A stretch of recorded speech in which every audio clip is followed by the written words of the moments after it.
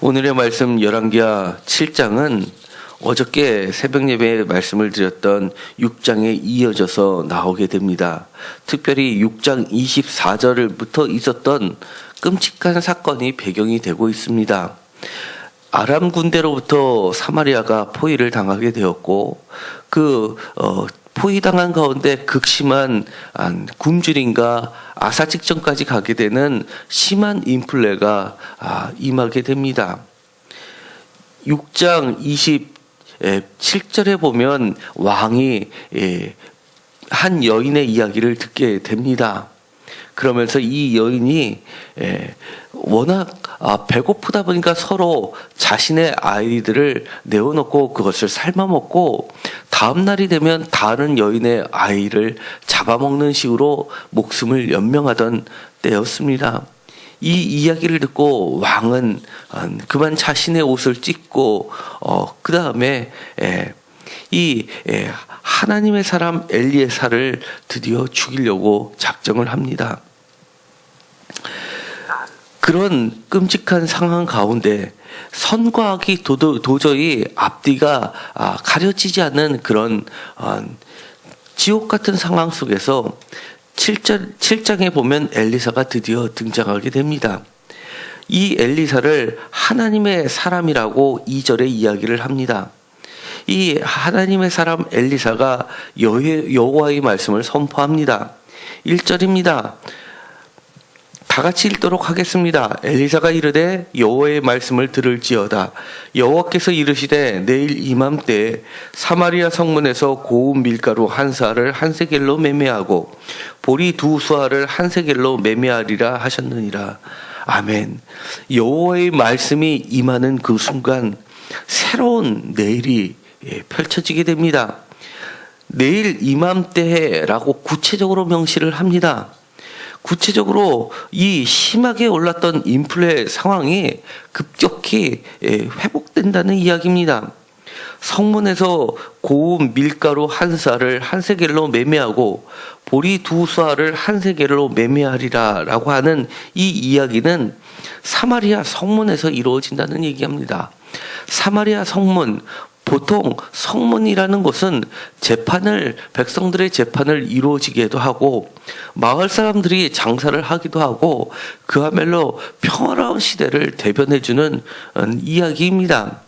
그런데 그 전날에 있었던 상황만 보더라도 열왕기하 6장 25절에 보면 나귀머리 하나에 80세겔이요 비둘기똥 4분의 1 값에 5세겔이라 라고 하는 매우 높은 인플레를 이야기했습니다. 나귀머리라고 하는 것은 가장 맛없는 고기라는 표현 중에 하나라고 전해지고 있습니다. 버려서 평소에는 먹지도 않는 그것이 매우 비싼 값에 팔리고 비둘기똥은 비둘기똥이라기보다도 비둘기똥처럼 작은 콩, 말라 비틀어진 콩, 평소에는 잘 먹지 않는 그런 콩이 4분의 1 값에 5세겔이라고 이야기합니다. 이 값이라는 것은 보통 이 0.5리터 정도 되는 분량이라고 합니다. 그렇기 때문에 이 높은 인플레가 고운 밀가루 한 쌀을 한 세겔로 보리 두 수알을 한 세겔로 매매한다는 이야기는 다시금 이 풍요로운 시대를 대변해 준다고 할 수 있습니다. 그러자 이 왕 옆에 왕이 절대적으로 의지하는 한 장관이 하나님의 사람에게 이렇게 이야기합니다. 여호와께서 하늘에 창을 내신들 어찌 이런 일이 있으리요. 너무나 똑똑한 말입니다. 아무리 생각해도 그런 일은 있을 수가 없습니다. 그러나 엘리사가 이렇게 이야기합니다. 내가 내 눈으로 보리라. 그러나 그것을 먹지는 못하리라. 너무나 슬픈 이야기입니다. 이 사람은 매우 현실적입니다. 현실적인 대안을 이야기하기에 이 왕조차도 그의 손에 의지하는 귀한 자라고 이야기를 합니다. 여기에서 하늘에서 창을 내신들이라고 하는 이 표현은 여러 가지로 해석하기가 어렵습니다. 다른 곳에서도 그렇게 분명하게 나와 있지 않은 표현인데도 불구하고 여러 의견 중에서 제가 지지하고 있는 의견은 하늘의 만나를 상정했다고 할 수가 있습니다. 이스라엘 사람들에게 있어서 이 마지막 때에는 하나님께서 다시금 하늘의 창을 내리시고 하늘에서 내려오는 음식 만나를 내려주겠다라는 그런 전승이 내려오고 있습니다. 그렇기 때문에 그런 표현이 이 신약시대 요한복음에 오면 예수님께서 나는 하늘에서 내려온 산떡이다라고 이야기한 것이 이 모세시대 때 내려왔던 이 하늘에서 내려온 이 만나가 여호수아 때 그쳤고 그것이 언젠가는 하나님의 때 야훼의 때 다시금 발생할이라는 그런 전승이 있었습니다. 아마 이 표현을 알고 있었을 듯합니다. 그런데도 불구하고 이 장관의 이야기는 여호와께서 하늘의 창을 내신들 어찌 이런 일이 있으리요 하나님도 불가능하다는 그런 이야기를 하는 겁니다. 철저하게 불신앙을 내포하고 있습니다. 그러나 성경에 보면 하늘에서 창을 내린 것이 이 만나 사건 외에도 또 한 경우가 있었습니다. 바로 이 노아의 홍수 사건 때도 하늘의 창을 내리시고 라는 표현이 있습니다. 그때는 생명을 살리는 것이 아니라 모든 것을 죽음에 이르게 하는 거였습니다. 그런데 이 똑같은 하늘에서 창을 내릴 때 하나님께서는 백성들에게 이 생명을 나눠 주시겠다고 말씀하시는데 그것에 대한 불신앙을 보이자 노아의 하늘의 창처럼 그에게는 심판이 내리신다는 것을 말씀하십니다. 내가 내 눈으로 보리라 그러나 그것을 먹지는 못하리라 라고 이야기합니다. 결국 밤에 새로운 일이 벌어지게 됩니다. 성문 어기, 장소도 똑같이 성문 어기가 반복되고 있습니다. 이처럼 6장부터 지금까지 계속해서 이어지고 있는 이야기는 중심적으로 단어가 반복되고 있는 이야기가 바로 성문 어기, 성문, 성위 이런 말들이 반복됩니다. 이것은 평화의 시대이기도 하지만 성문은 그야말로 재판을 관장하던 장소였습니다. 대표적으로 다윗의 아들 압살롬이 성문 어귀에 앉아서 사람들의 마음을 훔쳤고 그것을 기반으로 반역을 꾸몄던 곳입니다. 이처럼 이 성문이라는 것은 심판의 장소이기도 합니다. 거기서 나병 환자 4사람이 등장을 합니다. 성문 어기라고 하는 것은 이 나병 환자들에게는 넘지 못할 벽이었습니다. 그들은 이 공동체로부터 분리돼서 바깥에 거주할 수밖에 없는 사람들이었습니다. 그런데 특별히 4사람이라고 이야기합니다. 보통 성경에서 2사람이라는 표현을 많이 쓰고 있는데 이것은 증거를 나타내는 귀한 말입니다. 2-3사람의 증인을 반드시 세워서 판결을 하게 되는 것이 모세의 법입니다. 그런데 여기서는 특별히 4사람이라는 표현을 쓰고 있습니다. 이것은 요한계시록이나 에스겔서에서는 4사람이라는 또는 독수리 4마리 이처럼 4라는 숫자가 등장하게 되는데 이것은 사방을 이야기하는 겁니다. 이 나병 환자 4사람을 통해서 어떻게 하나님의 소식이 땅끝까지 임하게 되는 것을 상징적으로 보여주게 됩니다. 이 사람들의 말이 나옵니다. 4절입니다. 만일 우리가 성읍으로 가자고 말한다면 성읍에는 굶주려니 있으니 우리가 거기서 죽을 것이요 만일 우리가 여기서 머무르면 역시 우리가 죽을 것이라. 왜냐하면 바깥에는 아람 군대가 있기 때문에 아람 군대에서 항복하자. 그들이 우리를 살려두면 살 것이요 우리를 죽이면 죽을 것이라. 어차피 죽을 텐데 여기서 굶어 죽으나 맞아 죽으나 아니면 항복하러 갔는데 그들에 의해서 죽으나 결국 죽는 것은 매한 가지고 정말 운 좋게 그들이 살려주면 먹을 거라서 먹으면서 목숨이라도 연명하자라는 최후의 선택만이 남아있는 겁니다. 이것은 선택이라기보다도 막다른 골목에 도달했다는 것을 이야기합니다. 그런데 놀랍게도 그들이 아람진으로 가서 본즉 거기는 한 사람도 없다고 합니다. 왜냐하면 6절에 이는 주께서 아람 군대로 병고 소리와 말소리와 큰 군대 소리를 듣게 하셨으므로 아람 사람들이 서로 말하기를 이스라엘 왕이 우리를 치려하여 헷 사람의 왕들과 애굽 왕들에게 값을 주고 그들을 우리에게 오게 하였다라고 하면서 해질 무렵에 일어나서 도망하였다고 합니다. 그런데 도망할 때 얼마나 급하게 도망갔으면 그 장막과 말과 나귀를 버리고 진영을 그대로 두고 목숨을 위하여 도망하였다라고 표현하고 있습니다. 그러자 그 나병 환자는 먹고 마시고 거기서 은과 금과 의복을 가지고 가서 감추고 심지어 다시 와서 다른 장막에 들어가서 거기서도 가지고 가서 감추었다라고 이야기합니다. 그런데 하나님의 놀라운 역사는 여기서 끝나지 않습니다. 9절에 보면 나병 환자들이 그 친구에게 서로 말합니다. 우리가 이렇게 해서는 아니 되겠다. 오늘은 아름다운 소식이 있는 날이거늘 우리가 침묵하고 있도다.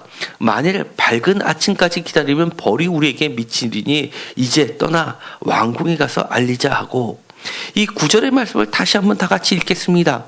나병 환자들이 그의 친구에게 서로 말하되 우리가 이렇게 해서는 아니 되겠도다. 오늘은 아름다운 소식이 있는 날이거늘 우리가 침묵하고 있도다. 만일 밝은 아침까지 기다리면 벌이 우리에게 미치리니 이제 떠나 왕궁으로 가서 알리자 하고, 정말 오늘은 아름다운 소식이 있는 날입니다. 그런데 우리가 침묵하고 있도다라고 정확하게 이야기를 합니다. 침묵하면 안 된다는 겁니다. 그것도 밝은 아침이 될 때까지 기다리면 모든 사람들이 알게 되기 때문에 그 전에 자신들이 먼저 그것을 알려야 된다는 겁니다. 그렇기 때문에 다시금 그들은 발걸음을 서운 문지기로 갑니다. 그리고 문지기에게 이 모든 상황을 전하게 됩니다. 그들이 들어가고 싶어도 막아섰던 그 문지기들에게 이 아름다운 소식을 그들에게 전하게 됩니다. 그러자 그 문지기는 궁 안으로 이야기를 하고 왕에까지 소식이 전해지게 됩니다. 그러자 17절에 보면 왕이 그의 손에 의지하였던 그의 장관을 세워 성문을 지키게 하였더니, 여기서도 마찬가지 성문이 나옵니다. 끊임없이 성문이 나오게 되고 성읍이 나오게 되고 성이 나오게 되고 계속해서 하나님의 심판의 시간이 점점점 다가오는 것을 이야기하는 겁니다. 그러자 이 하나님의 사람이 왕에게 말한 바와 같으니라고 이야기합니다. 그 절에도 이렇게 이야기합니다. 그 장관을 세워 성문을 지키게 하였더니 백성이 성문에서 그를 밟음에 하나님의 사람의 말대로 죽었으니 곧 왕이 내려왔을 때는 그가 말한 대로라라고 하면서 성문에서 하나님의 말씀이 선포됐고 성문에서 하나님의 말씀대로 그대로 이루어지고, 그는 그 귀한 소식을 전해 들었고 눈으로 보았지만 그는 먹지 못하고 밟혀 죽게 됩니다. 20절입니다. 그의 장관이 그대로 이루어졌으니 곧 백성이 성문에서 그를 밟음에 죽었더라. 지금도 계속해서 반복해서 이야기하는 것은 성문입니다.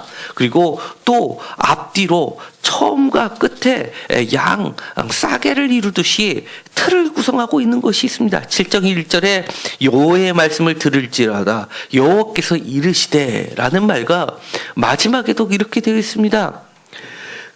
그대로 이루어졌으니, 바로 하나님의 말씀으로 전체 7장을 앞뒤로 싸고 있으면서 하나님의 말씀이 어떻게 선포되고 어떻게 이루어지는지 그것을 많이 볼 수 있도록 심판장에서 그렇게 성문을 중심 놓으면서 그것이 이루어지고 있습니다.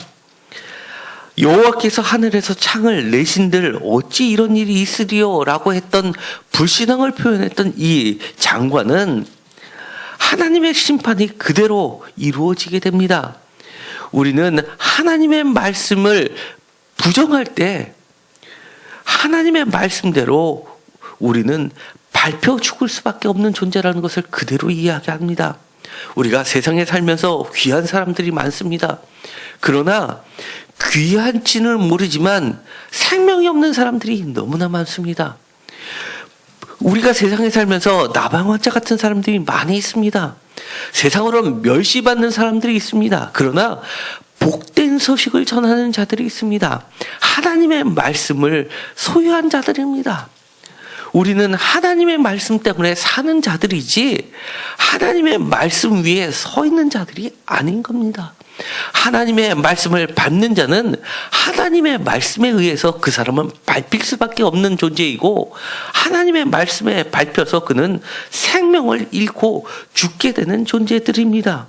우리는 하나님의 말씀을 소유하는 자들이고, 이 하나님의 말씀, 아름다운 소식을 침묵하고 있으면 안 되는 존재들이라는 걸 다시 한번 이야기합니다. 그렇다면 우리가 침묵한다면 벌이 우리에게 미치는데 그것이 시한이 정해져 있다고 하는 겁니다. 밝은 아침이 오면, 예수님께서 오시는 날이 오면 분명하게 그때는 요한계시록에 의하면 예수님 자신이 밝은 빛이 돼서 해와 달도 없는 세상이 온다고 이야기합니다. 예수님이 오시는 날에는 우리가 아니래도 이미 아름다운 소식은 이미 땅끝까지 미쳐 있습니다. 그날이 오기 전에 우리는 침묵하면 안 됩니다.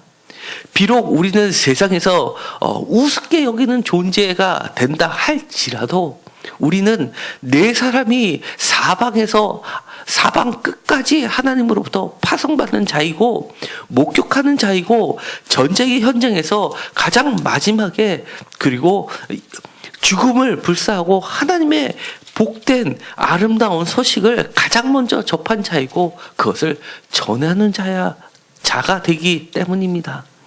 하나님의 말씀은 반드시 이루어집니다. 하늘의 창을 내시고 하나님께서는 이루십니다. 하나님이 이루어 주십니다. 그 방법은 우리가 구체적으로 이해하지 못하고 알지 못해도 분명하게 하나님은 하늘의 창을 내시는 분이시고, 하늘의 창을 내시고 하나님은 신실하게 그 하신 말씀을 이루시는 분이라는 것을 굳게 믿으시고 하나님의 말씀에 의해서 사는 자, 그리고 그 복된 말씀을 전하는 자들이 모두 되시기를 축원드립니다. 기도하고 마치기로 하겠습니다. 하나님, 오늘도 우리에게 주님께서 말씀해 주십니다. 주님의 말씀이 곧 생명이라고 말씀을 해 주십니다. 하늘에서 창을 내시고서 그 하늘에서 하늘의 만나를 우리에게 오늘도 허락해 주시는 분이 하나님이라고 말씀을 해 주십니다. 그럼에도 불구하고 세상에 귀한 자들이라고 불려지는 자들이 무시하고 있습니다. 그러나 비록 세상에서 우리는 나병 환자 4사람 취급을 받는다 하더라도 목숨을 걸고 이 귀한 소식을 아침이 오기 전에 이 깜깜한 밤중이라도 새벽이라도 전하는 자들이 되게 하여 주옵소서. 결단코 하나님의 말씀을 우리의 이성적인 생각, 합리적인 이유들을 들어서 밟지 않게 하여 주시옵시고, 우리가 하나님 말씀 위에 밟으며 서 있는 그 순간 하나님의 심판이 우리에게 임하고 하나님의 백성들에 의해서 밟혀 죽을 수밖에 없는 존재라는 사실도 우리가 기억하게 하여 주옵소서. 하나님의 말씀, 오늘도 그 아름다운 소식을 우리에게 허락해 주셨사오니 하늘에서 창을 내시고 하나님의 그 신실하신 말씀을 신실하게 이양하시는 그 하나님의 말씀대로 우리가 전하는 자들이 되게 하여 주옵소서. 예수 그리스도의 이름으로 기도드렸습니다. 아멘.